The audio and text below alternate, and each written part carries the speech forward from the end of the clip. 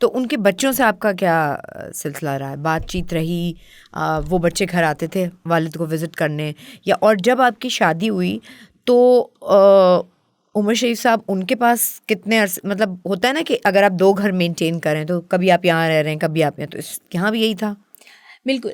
बच्चे घर नहीं आते थे और सबसे पहले तो मेरे उनके छोटे बेटे से बहुत दोस्ती थी। वो बहुत छोटा था तो वो मुझे बहुत पसंद करता था। वो अगर मेरा ड्रामा भी देख रहा होता था ना तो साथ बैठा हो, सब पब्लिक में बैठा होगा ना तो यूं करता रहता था। उसको मैं बहुत अच्छी लगती थी, तो उसके साथ मेरा बहुत दोस्ती थी। खेलता भी था मेरे साथ। जब उसकी अम्मी को जब पता भी चल गया था तो उसकी बहन और अम्मी बुलाने आते तो मैं कहती थी जाओ फवाद जल्दी जाओ, मम्मा बुला रही हैं। तो वो कहता था नहीं ज़रीन खेलो। तो उससे बहुत थी।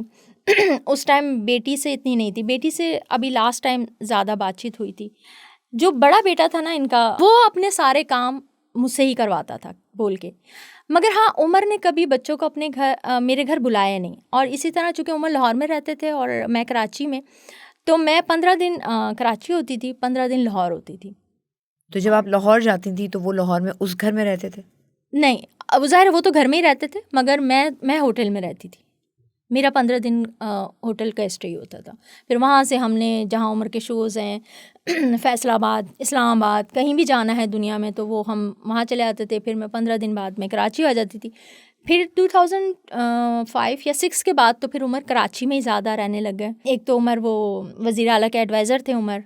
दूसरा फिर उमर ने अपना हॉस्पिटल स्टार्ट कर दिया था, तो ज़्यादा फिर उमर का कराची में हो गया था। तो फिर उमर ज़्यादा कराची में ही रहने लग गए। तो फिर उन्होंने अपनी फैमिली के लिए घर लिया। तो फिर उनकी फैमिली 15 दिन वो लोग आ जाया करते थे हाँ, लेकिन उनके लिए अलग घर लिया हुआ।